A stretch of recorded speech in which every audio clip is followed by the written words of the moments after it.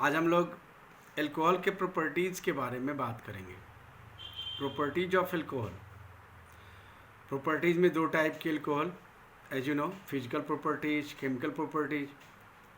Physical properties में state, अगर alcohol की बात करें तो कार्बन 1 से कार्बन 3 अर्थात मेथेनॉल से प्रोपेनॉल तक कलरलेस लिक्विड होता है ये।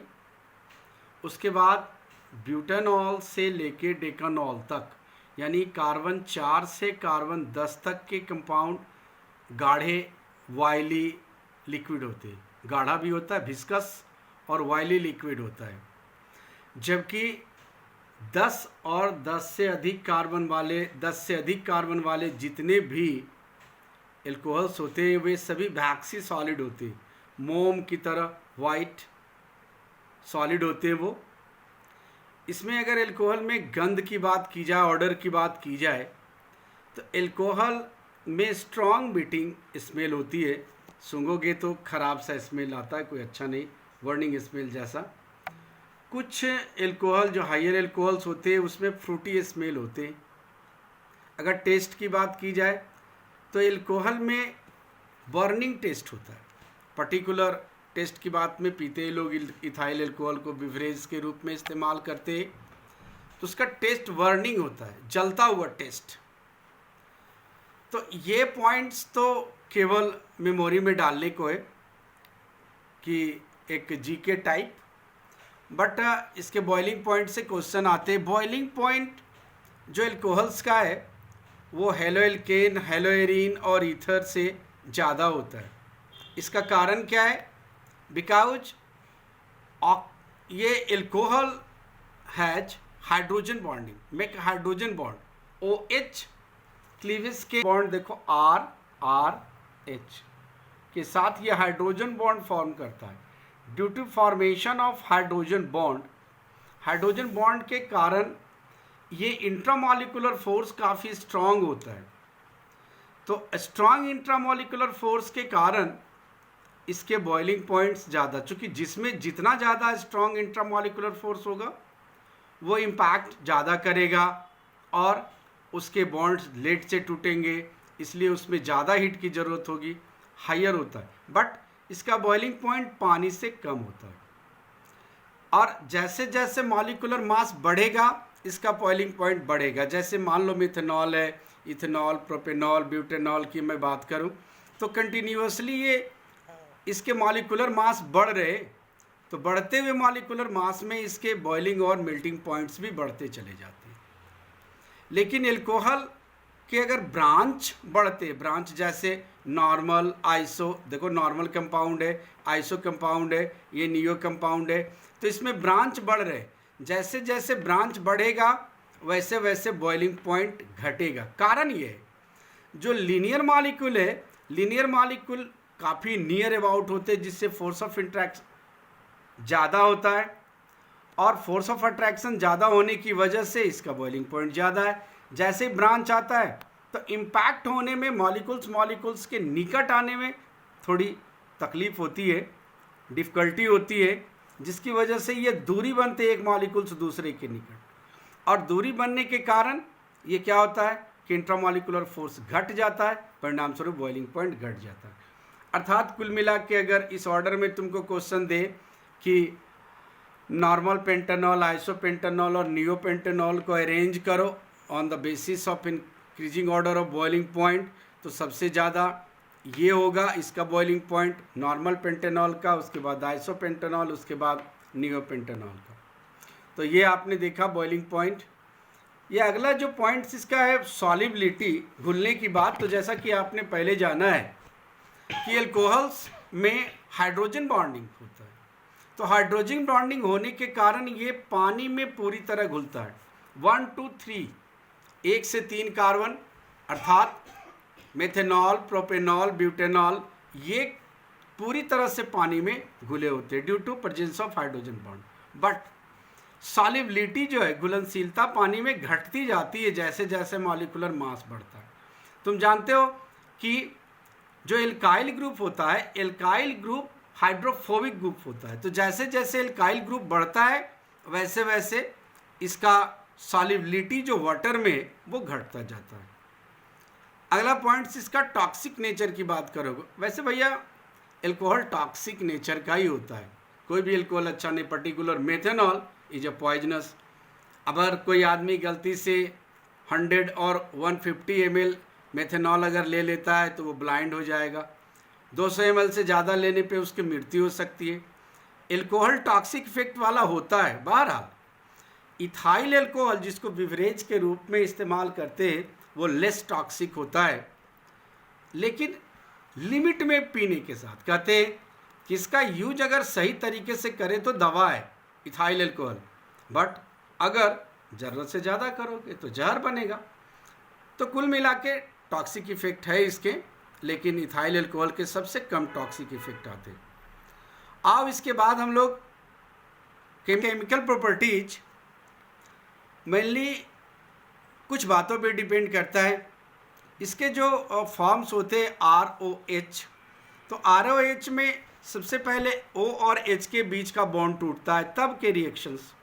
दूसरा है रिएक्शन जो R और OH के बीच के बॉन्ड्स को तोड़ेगा तब जो रिएक्शंस होंगे वो। तीसरा एल्काइल और हाइड्रोक्सिल ग्रुप के कारण रिएक्शन। तो इन तीनों के कारण ये रिएक्शंस हमको देखने हैं। तो आप reaction due to cleavage of ROH, O और H के बीच के बॉन्ड को due to cleavage of ROH bond, ये H बॉन्ड इसका O और H के बीच का बॉन्ड ये टूटेगा। Reaction with active metal sodium, potassium, aluminium, zinc जैसे एक्टिव मेटल के साथ जब एल्कोहल रिएक्ट करता है तो हमको हाइड्रोजन गैस देता है और क्रॉसपॉन्डिंग एल्काइल एल्को सोडियम एल्कोक्साइड देता है। जैसे इथाइल एल्कोहल के साथ सोडियम की अभिक्रिया हमने कराई तो सोडियम इथॉक्साइड और हाइड्रोजन गैस। और देखो यहाँ पे इथाइल एल्कोहल की अभिक्रिया हमने एल्युमिनियम से कराई तो aluminium ethoxide plus hydrogen gas. तो भैया ये हाइड्रोजन गैस प्रोड्यूस कर रहा है। जैसा कि तुमने 10 क्लास में पढ़ा होगा कि कोई भी मेटल जब एसिड से रिएक्ट करता है तो हाइड्रोजन गैस प्रोड्यूस करता है। दैट्स वाई हम कह सकते हैं कि एल्कोहल जो है ये थोड़ा एसिडिक होता है। थोड़ा एसिडिक मैं बोल रहा हूँ, बहुत एसिडिक नहीं होता है, थोड़ा एसिडिक होता है, इसीलिए हाइड्रोजन गैस प्रोड्यूस करता है। अगले रिएक्शंस में देखोगे और पता चलेगा। मेटल हाइड्राइड के साथ अभिक्रिया, तो अगर मान लो इथाइल एल्कोहल को हम सोडियम हाइड्राइड, जब सोडियम हाइड्राइड है तो सोडियम पॉजिटिव और H क्या होता है यहाँ निगेटिव। सोडियम हाइड्राइड के साथ जब अभिक्रिया करता है तब भी ये हाइड्रोजन गैस प्रोड्यूस करता है, जो भी ये प्रमाणित करता है कि ये कैसा है, एल्कोहल एसिडिक नेचर का होता है। ग्रिग्नार्ड रिएजेंट के साथ जब हम इसको रिएक्ट करते, देखो ये ग्रिग्नार्ड रिएजेंट है, मिथाइल मैग्नीशियम ब्रोमाइड। एल्कोहल के साथ जब इसकी अभिक्रिया कराओगे तो ये एल्केन देगा, क्रॉसपॉन्डिंग एल्केन। और एल्केन इस बात पर डिपेंड करेगा कि कितना बड़ा एल्काइल ग्रुप ग्रिग्नार्ड एजेंट के साथ है। जितना बड़ा एल्काइल ग्रुप ग्रिग्नार्ड एजेंट के साथ होगा उतना ही बड़ा एल्केन बनेगा। चूंकि एल्कोहल से केवल H लेता है ये, अगर इथाइल एल्कोहल को हम इथाइल मैग्नीशियम आयोडाइड के साथ करेंगे तो सर्टेनली ये क्या बनाएगा, इथेन। तो याद रहा ग्रिग्नार्ड एजेंट के साथ जब एल्कोहल की विक्रिया कराते हैं तो ये क्या देता है, एल्केन देता है। चलिए एक इम्पॉर्टेंट रिएक्शन की ओर आते हैं जिसका नाम है एस्टरिफिकेशन। एस्टरिफिकेशन में कहते हैं कि एल्कोहल की अभिक्रिया जब कार्बोक्जिलिक एसिड, एसिड क्लोराइड या एसिड एनहाइड्राइड के साथ एसिड एनहाइड्राइड के एस्टर देता है ये, और इसी अभिक्रिया को हम क्या कहते हैं, एस्टरिफिकेशन।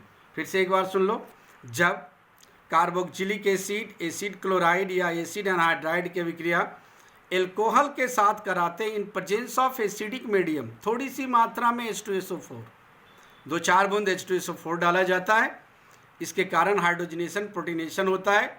तो थोड़ी सी मात्रा में एसिड यानी एसिडिक मीडियम में कराने पर ये हमको एस्टर देता है। चलो एग्जांपल्स देखते हैं। देखो यहाँ कार्बोक्जिलिक एसिड है और यहाँ पे हमने मिथेनॉल लिया है, दोनों को एसिडिक मीडियम में हीट किया है। हीट करने पे इसने एक मॉलिक्यूल वाटर रिलीज किया है और क्या बना है, एस्टर, मिथाइल एसीटेट। इसके हीट पे आगे देखोगे कि ये रिवर्सिबल रिएक्शन भी होता है, आगे हम पढ़ाएंगे उसको। तो पता चलेगा। ये रिवर्सिबल भी होता है रिएक्शन, ये टेम्परेचर का खेल होता है इसमें।